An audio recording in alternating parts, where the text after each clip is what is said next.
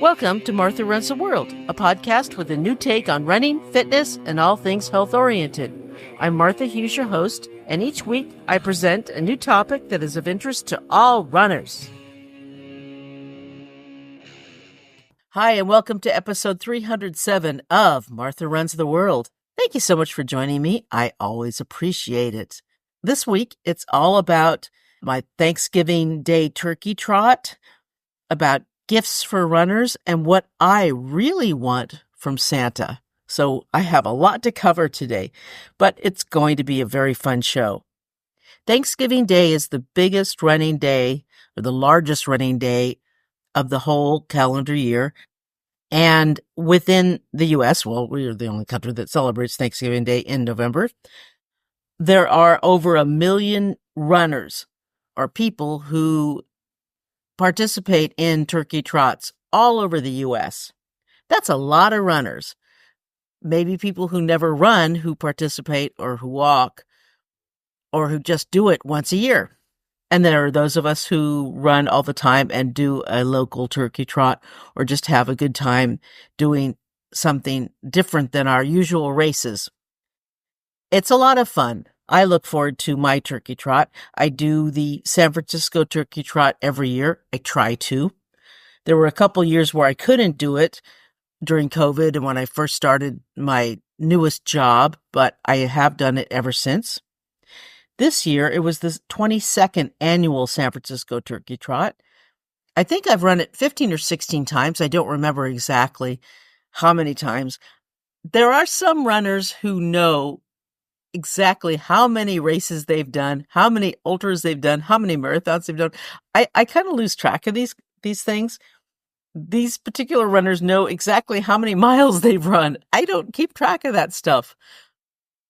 But I've been running a long time. I've been running since my 20s, and I'm 65, so that's a long time.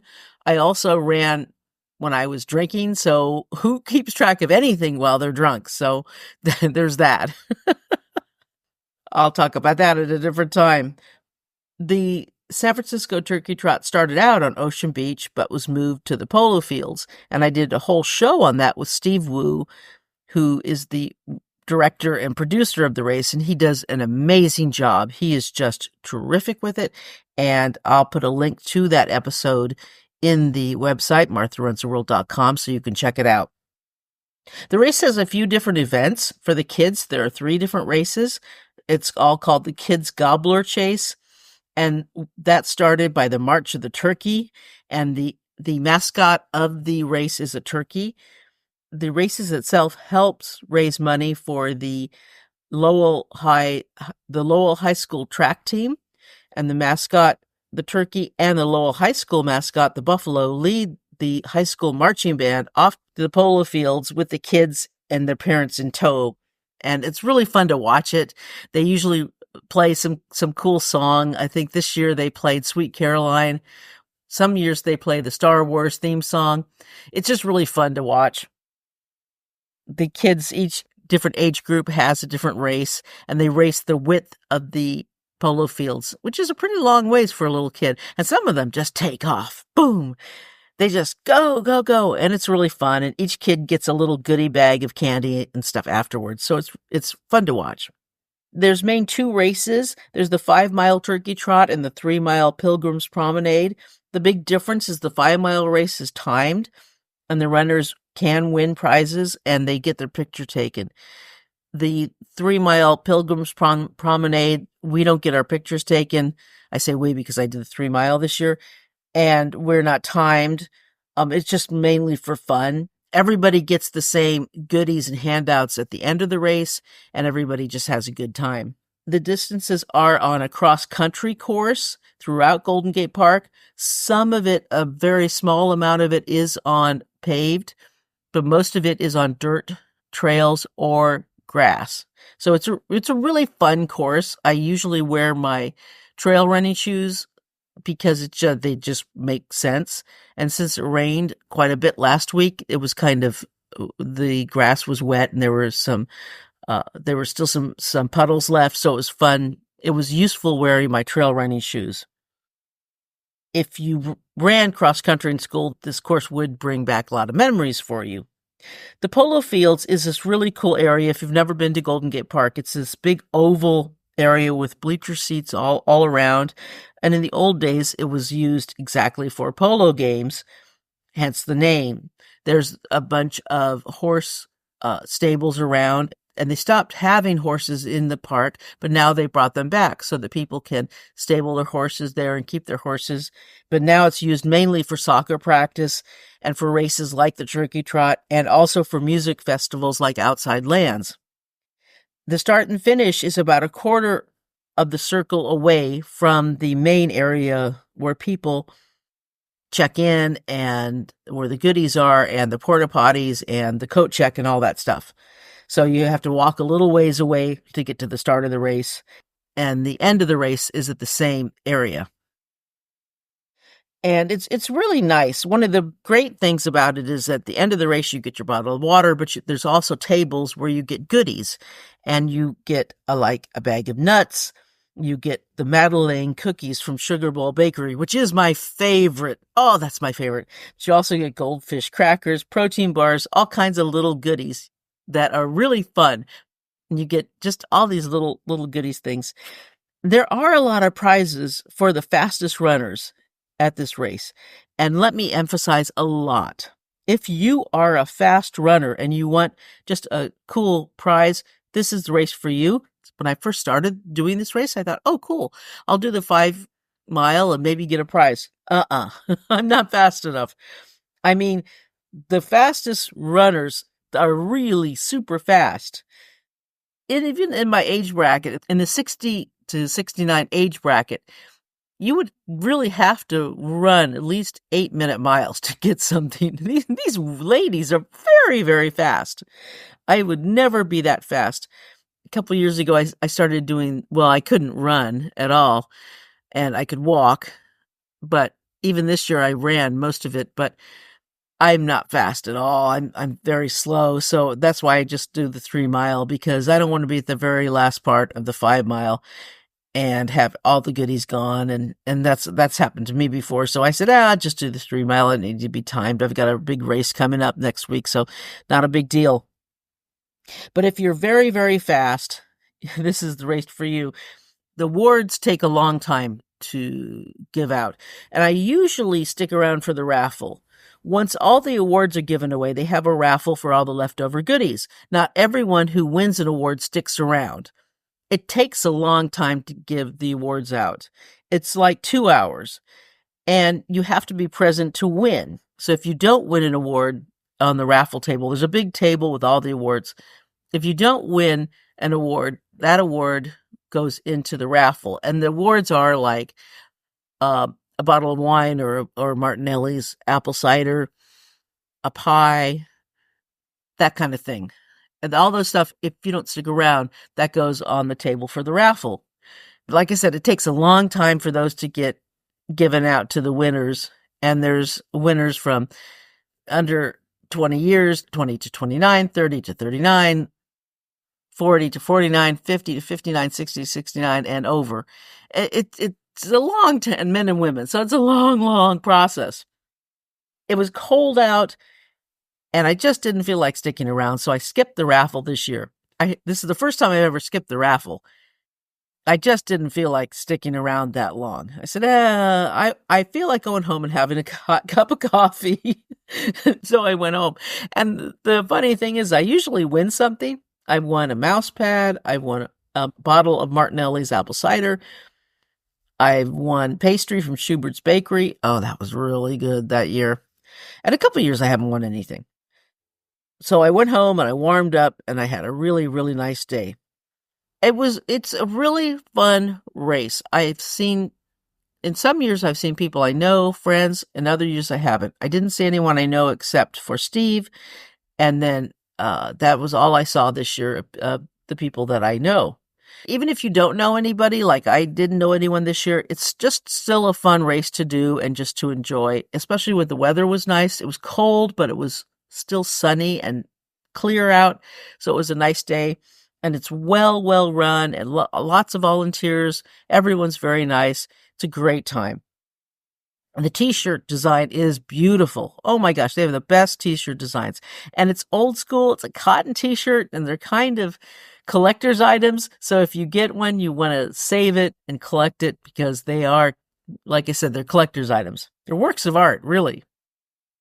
One thought I did have during my race is that, and I'll probably bring this up when I talk about the next year coming up in a future episode, whether we're in a race or just training on the roads or trail or even on a treadmill, what is one thing we can think of that we're thankful of? I mean, Thanksgiving shouldn't be just the only time to think about what we're thankful.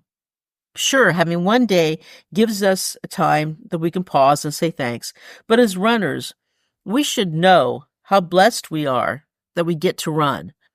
Once you're injured, you understand that you can't get out there and run, and you miss it. And you miss it so much, and you realize how blessed you are when you do get to run.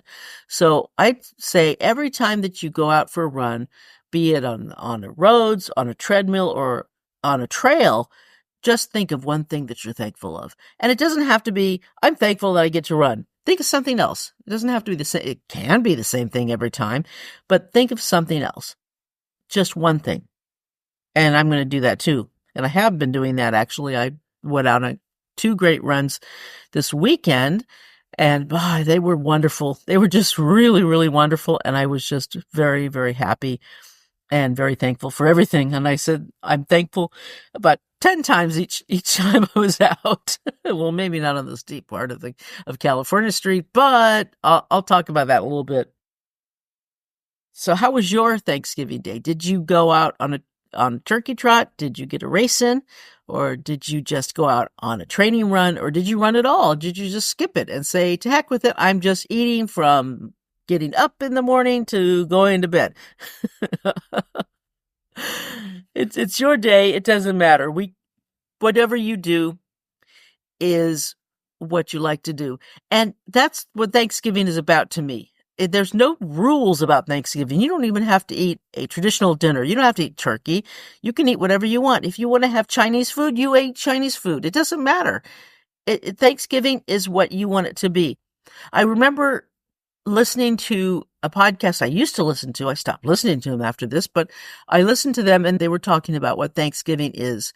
And I said, well, I go to this race every year, and then I come home and I make a nice Thanksgiving dinner for myself because I spend Thanksgiving because I cook for myself. I don't go out to friends, and I don't have any family in the state. I'm sure not going to travel 3,000 miles just to be with a family member because that's too expensive and it's a hassle.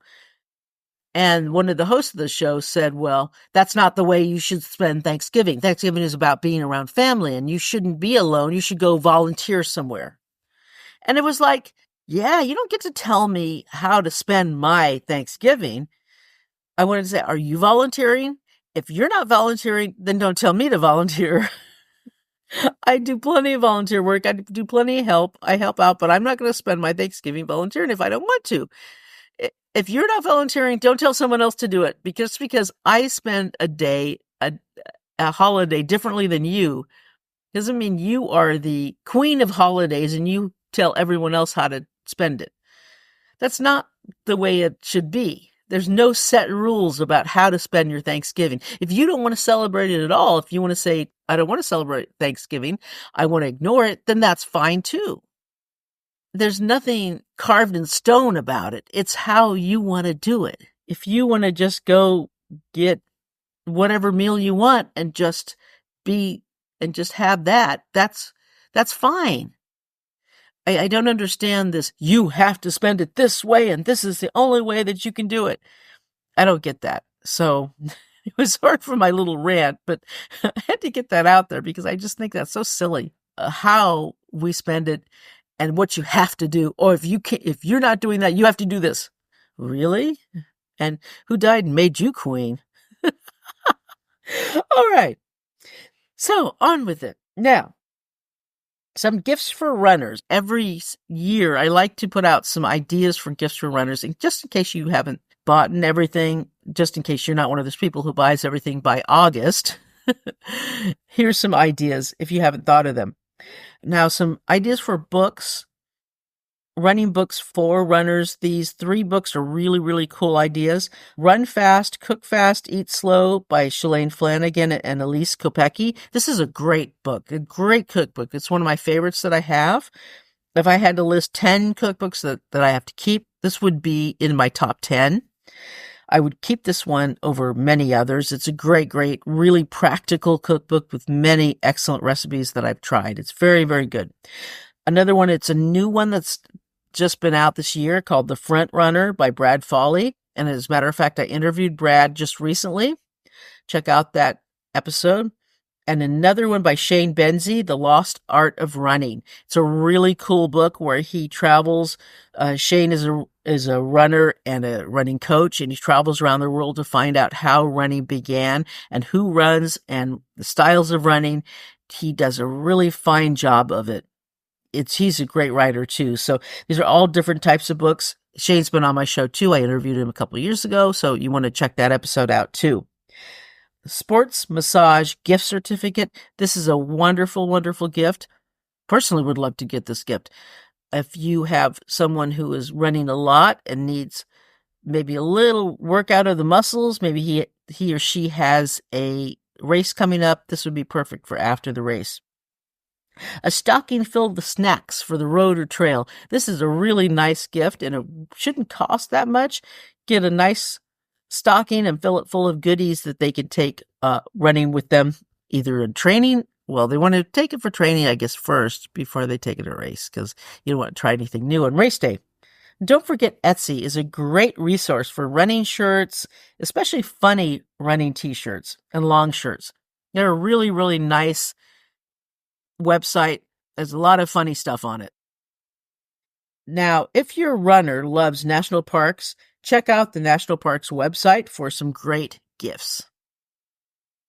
And if your runner also who loves to visit the national parks and doesn't have an America the Beautiful pass, that would also make a great gift. And it's not terribly expensive either. If your runner is super picky, there's absolutely nothing wrong with giving gift certificates, especially for their favorite shoe company or running store. I love this idea. I think people just poo-poo it too much without thinking about it. I think this is a superb idea. And if you're still stumped, remember that just about every running gear store or industry or people in the business have specials going on right now. Anything and everything related to running should have some pretty nice discounts. So check out all those spam emails you're getting. I swear there's something in there that might perk up the fancy of the runner that you know. And think of what runners like. Runners like coffee, music, movies, fashion. We like all kinds of stuff. There's a lot of things we think about when we're running. And one of the things I think about when I'm running is what things I wish Santa would bring me. And some of these things are very unrealistic, but there's still things that I wish Santa would bring me. These are things that I wish really, really Santa could bring me. Women's shorts, capris, and leggings with pockets. Come on. I will never buy shorts, capris, or leggings without pockets. But why make them without pockets at all? It doesn't make any sense to me. I actually bought a pair of capris, these blue capris, and they're beautiful capris, but they have one pocket. I wouldn't have bought them had I known they had one pocket. And I looked around and it didn't say with pockets, plural. They have a teeny little pocket in the back and then one pocket on the right. No pocket on the left. What would it take to make one more pocket on the left? This makes no sense to me. I would not have bought them had I known it just had the one pocket on the right. But because it said pockets, come on, this is kind of silly. It's really, really silly. Make pockets, lots of pockets. Men's shorts have pockets, right? There aren't men's leggings without pockets. You wouldn't make men's shorts or leggings without pockets, would you? No. Why make women's without them? This is ridiculous. This is just farce. This is just ridiculous. All right. A Garmin watch that has a long battery life without all the fancy add-ons. I know Coros does it. Yes, they do. But I don't want to buy a Coros watch. I really don't want to buy a Chinese watch if I can help it. I want to buy American. But Garmin insists on going expensive. They're making, they make a $1,200 watch? Well, I don't want that. I don't want to buy a fancy watch if I can help it. I want to buy a watch that has a long battery life, and I just want the basics on it. Map, okay. I want to record my runs, and I want run and walk. I don't need swim. I don't need all the other stuff. Bike. I don't need all that stuff on it. I just want basic stuff on it. I want a long battery life. I don't want all the other stuff on it. And I don't want it to be super expensive. Can Garmin make that, please? Because I like Garmin. I want to stick with Garmin. I don't want to buy a foreign watch if I can help it. Women's running shoes in bright colors. It's getting better. However, running shoe companies are still inclined to fall back on pastels. Okay, granted, I saw some Timps that actually used bright colors like red, bright red. That's a step up. But the Torrens, they're still that nice little yellows and powder puff blues.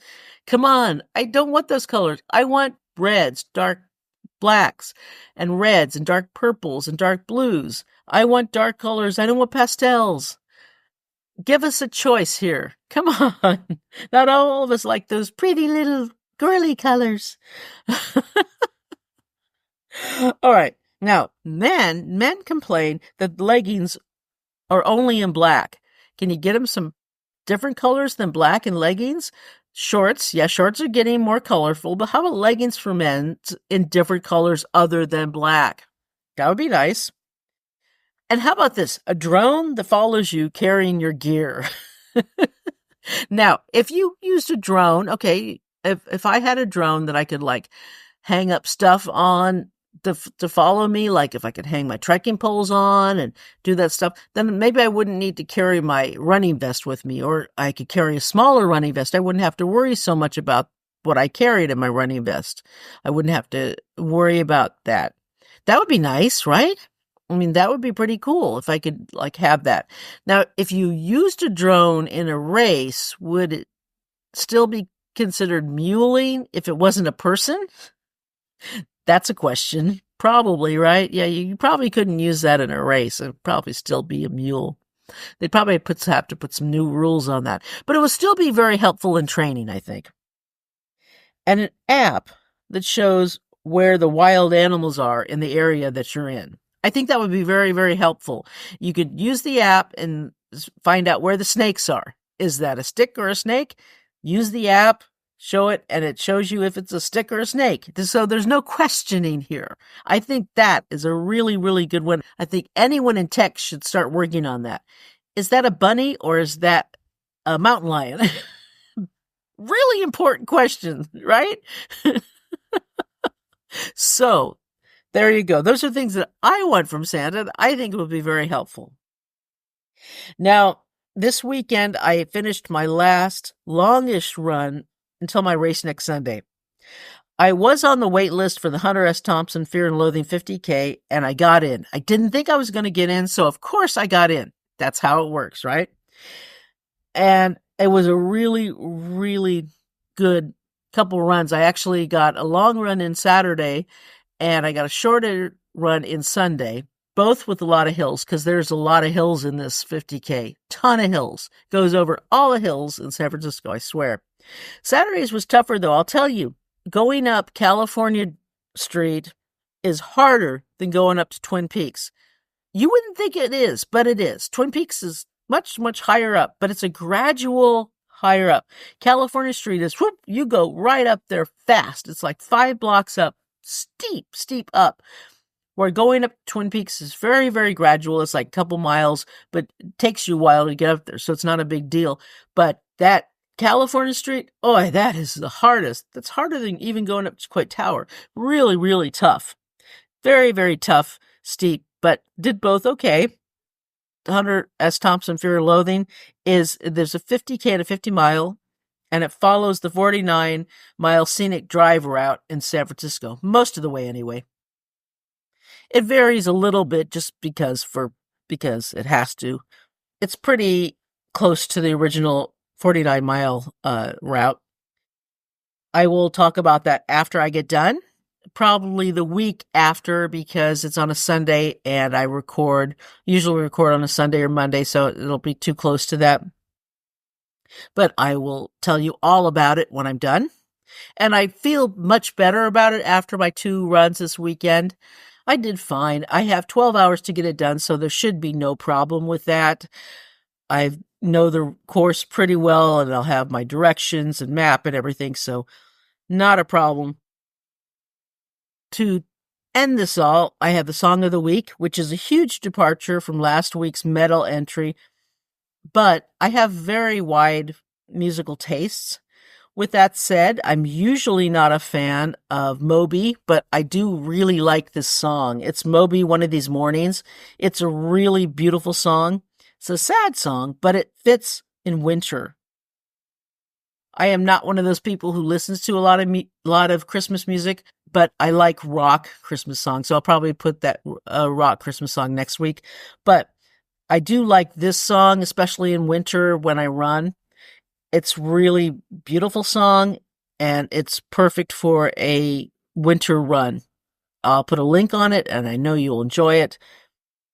And that is today's show. Thank you so, so much for joining me, and I hope you have wonderful runs. And if you are running sim this coming Sunday, I hope you have a wonderful race. I know lots of people who are, and have a great time, because I love that race very, very much.